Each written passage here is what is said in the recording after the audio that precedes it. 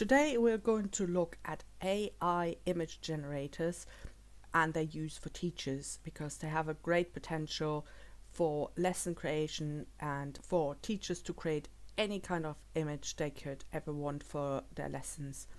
And I would say this video is mainly aimed at teachers of younger students, but it can also be used for teachers of older students. AI image generators are quite a new thing, and they have recently improved exponentially. So you might know ChatGPT, which can generate all kinds of texts from a prompt. Image generators are similar, just they create an image, just like the one that you see on the screen now, where I've create a photo of a teacher with a magic paintbrush, and this is what it's given me.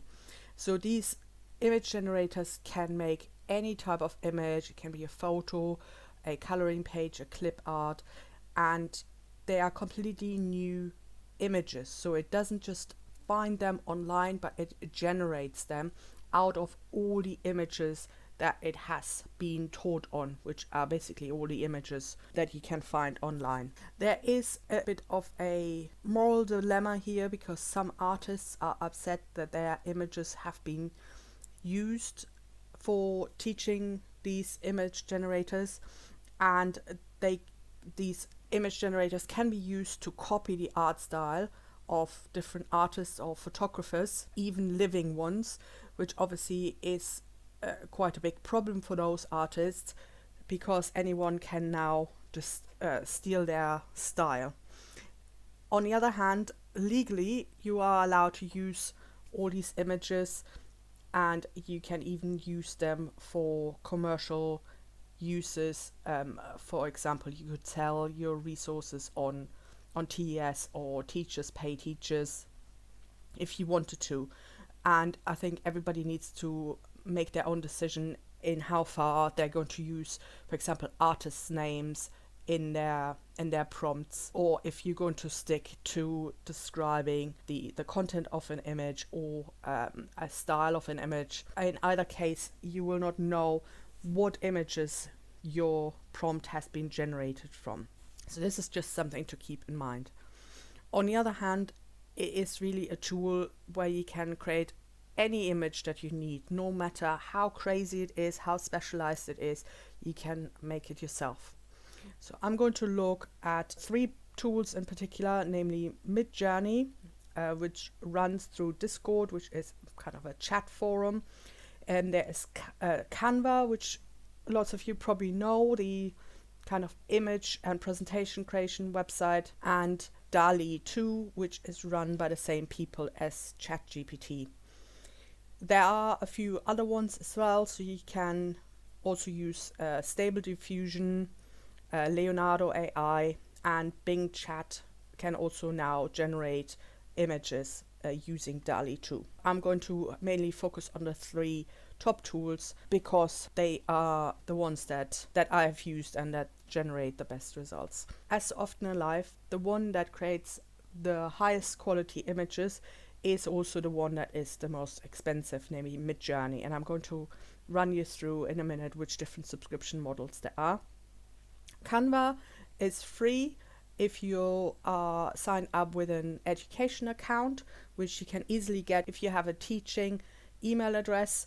You can get a free teaching account, which includes image generation, and Dall-e 2 is also free at the moment. But as I said, Midjourney, in my opinion, and in most other people's opinion, I think, is way ahead of the other 2. So it is up to you to decide if you want to spend some money on it, if maybe your school is going to pay for an account, or if you're going to pay for it yourself, because it is a lot of fun making these pictures as well. Okay, so first of all, Midjourney, so you know what I'm talking about with subscriptions. You can get 25 images for free to try it out, but you only get that once. After that, you would have to pay $10 a month for about 200 pictures, or £30 a month for unlimited pictures. Okay, so I'm going to show you a few ways you could use these different tools, and I'm also going to show you the comparison between the 3 top ones. So let's start with some stickers. So I love making my own personalized stickers. As you can see, these ones are the some stickers created by Midjourney of some tasty looking ice cream. So these are just the first 3 that came up, so I could re-roll the prompt a few times and get more different types of ice cream. So in this case, I've just put in a sticker of ice cream, and this is the result I got. So you can see it has the outline like a sticker, and I could now choose my favorite one. I can remove the background. For that I would need to use a different tool, but I'm going to show you later what you can use. And I can then add this digital sticker to my worksheets, to my presentations. I could print it as well to make actual paper stickers that I can stick on a student's work. So these are the Midjourney ones. Then these are the ones that Canva has created. They're also quite nice, but you can see the quality is not quite as good, I think. I mean, they are a bit pixely as well because I haven't upscaled them. So the pixels would get a little bit better once you choose which of the 4 images you want and actually create a full-sized version of it. And then here are the ice cream stickers that Dall-e has created. So you can see it's quite a different style. It's kind of a simple comic book style that it has created here. But still, you could use them to make your own nice little stickers, and at least these ones would be free. Here are a few more stickers that I've created. So you can see I've created some French stickers with a French kind of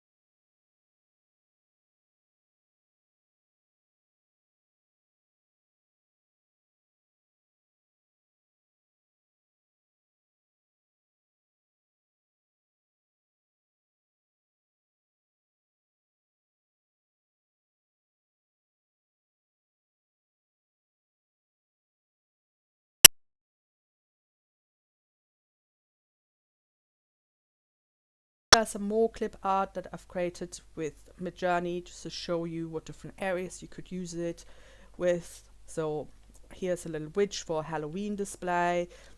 For your biology lesson, you could create a lung or some rain clouds. And then the ones over here, you can see I've already removed the background and created these nice clip art for a space themed lesson, which I could now add to a presentation, or I can print them out, cut them out, put them on my wall to decorate my display wall. Then you could also create all kinds of illustrations. So here we've got, as our example, a fairy village. So Midjourney has created some very detailed little drawings.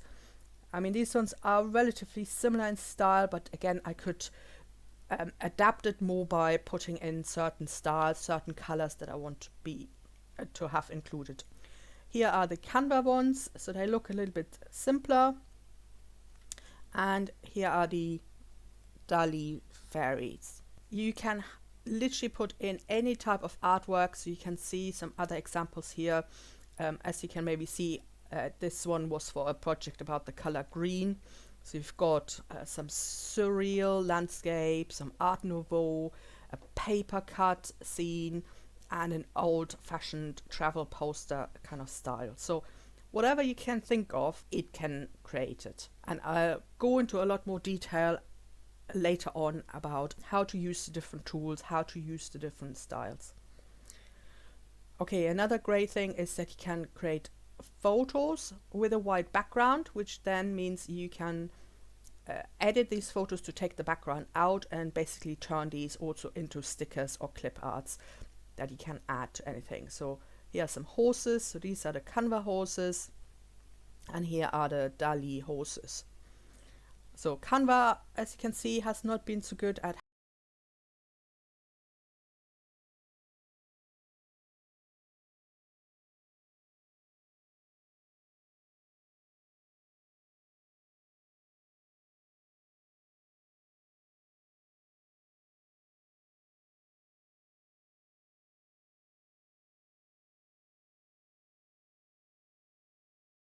you can have any type of picture you really want. And you can even have more complex photos, like these girls playing football. And I quite like that compared to earlier versions of these image generators, they're a bit more diverse now, and they are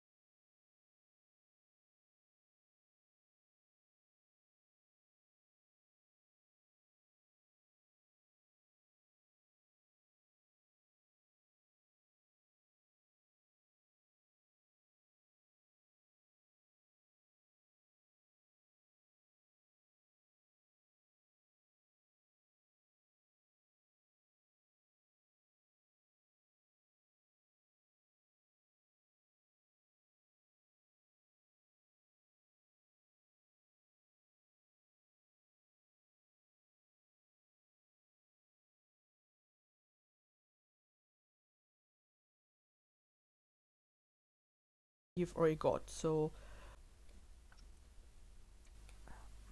it's quite hard to control this. It's not really meant for a screen, I think. Let's go with this. So I've highlighted an area that I want to change, and now I can put in what I want to appear in this place. Let's give it a party hat. Let's see.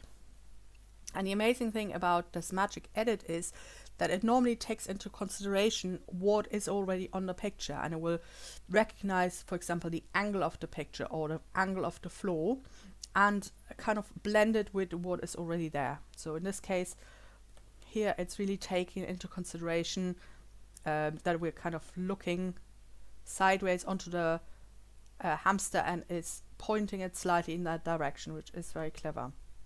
So here I could really easily give this hamster a party hat. So that's a great way of changing this. And as I said earlier, you can also use it to take away the background. Let's start out with this different type of image. So here we've got our steampunk man. And if I just show you the background, so we'll just make a black background. So you can see he's got this white background, which maybe I don't want because I want him to blend into the background. So again, I go to edit photo. I can do the background remover, and it is very good at picking out where the person is and where the background is. Even with more difficult backgrounds where there is maybe a little bit of a pattern in the background and so on, it normally manages to pick it out. Another great way of doing that, if you don't use Canva, is a website called remove.bg, where you can just upload your picture and it will also remove the background. So that's another way of creating stickers, for example, or clip art that you can add onto other backgrounds. Now we come to Midjourney. So Midjourney runs through Discord, which is normally a chat forum for mainly for people who are into gaming, I would say. But once you get and you need to start in the public Midjourney forum, but once you get a subscription, you get your own private area. Okay, so you need to start in discord.com. You'll get to the login screen. You need to say register and create an account. You need to verify your account, possibly also your phone number. And once you got a Discord account, you can then go to midjourney.com, which looks like this. It looks really terrible considering that their main thing is creating really beautiful images. But this is the right page, and you go down here to join the beta, which will send you a Discord invite. So you just put in what your username will be, and that you've read the terms and conditions, and then you continue, and then it will take you back to Discord. So once you're signed into Discord, you will be in this chat forum, which has lots of different channels, and you can see all the images that other people are creating. So at the beginning, you can just go into a newbie room here, or just choose a random one, as long as it says newbies, and you can start putting in your prompts in the message box at the bottom, and the Midjourney bot will then answer with 4 images. So if you have a subscription, you can go into your private messages. They're cut off in the screen at the moment, but you just go in the top right to your direct messages, and you should be able to see the Midjourney bot. So it's telling me I've run out of my fast hours, but doesn't really matter. I've got unlimited relax mode. So the main thing you need to know is that you need to start with /imagine. And as soon as you start typing it, it should come up in the list. You can just click on it, and it will say prompt. So in this box here is where you write what you want. So for example, let's go with a sunflower. So you can make your prompt super simple and literally just put in one word, but you will get a much better result the more details you put in. So how these prompts work is you normally start with what kind of image you want. So for example, a photo of, or an illustration of, a clip art of, a sticker of, and then you put the main subject, and then you can put extra details like a hamster on a sofa with a party hat, or children playing football on a football field. Or you can put the art style by just saying in the style of Leonardo da Vinci, or in as a watercolor, and it will add all these different styles to your outcome. So Midjourney has now produced our 4 sunflowers. So it always looks like this. You get these 4 pictures, and you get the U1, 2, 3, 4 and V1, 2, 3, 4, and the reroll button. So reroll button, as the name says, if you click it, it will regenerate 4 more pictures, which might look quite similar, might look completely different. The U means upscale. So once you've decided which of the 4 pictures you like the best, you click the U and it will make you a full-size image of this, because at the moment, if you were to scroll in, these aren't quite full-size yet. V means if there's an image that you quite like, but you want to see slightly different pictures, you choose that. So let's say I want number 2 here, so I would click on V2, and it will now produce 4 more pictures like this. And it's giving me the text box again, so I could add something in, like with B. And now it will generate 4 pictures like this one, but with a B in the picture as well. Another useful thing to know is that you put in, if you put in a prompt, so let's say a ladybug, and I want it in a certain size. So I want my image to be, for example, the perfect size for phone screen. I would put -- AR, then a space, and it's important there's a space in front of it as well. So a space here and a space after. And then I put in the aspect ratio. So for example, if you have an A3 page, then you could have 3:4, and it will kind of make an upright image. Or for a phone screen, you would do 9:16. That is what most phone screens are like today. Or if you want a really long banner, like I showed earlier, you could do something like 5:1, and it would produce a really long picture. So that's how you change the aspect ratio. Another good one to know is -- and then tile. It will create pictures that can be tiled, meaning that the left-hand side and the right-hand side will create a seamless pattern if you put them together, and the same with the top and the bottom. So this is great if you're producing background images and so on. The tile images are not always so good because it's trying very hard to create a tiling pattern, and so sometimes the actual image suffers a little bit. Another good command to know is /settings. If you go in there, you can change which version you're in. So it's giving you all the different settings. So make sure that you're in Midjourney version 5, which is definitely the best one and creates the best pictures. And there's lots of other settings that I won't go into. Another good one to know is /info. So this will give you information about your current subscription and how many hours you've got left on your current subscription and so on, and how many pictures you've already generated. So even though it might seem a bit daunting at the beginning, you can quickly get into Midjourney, and you can always go into the forum and ask for help if need to. The last little bonus trick I wanted to show you was how to fill letters with a picture so you can use them for your display wall. So let's say we have the word summer, and we'll highlight this, make it really big and really bold. So maybe let's put it on 200. There we go. And I'm going to choose a font that's quite thick, so we can actually see what it's filled with. Oh, it's a bit big now.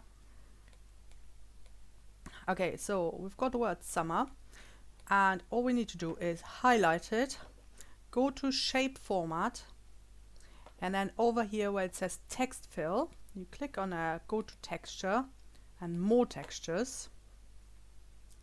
Then make sure that on here you're in text options, and then you go to text or picture text fill, and you can now go to insert and then find the background image in your files.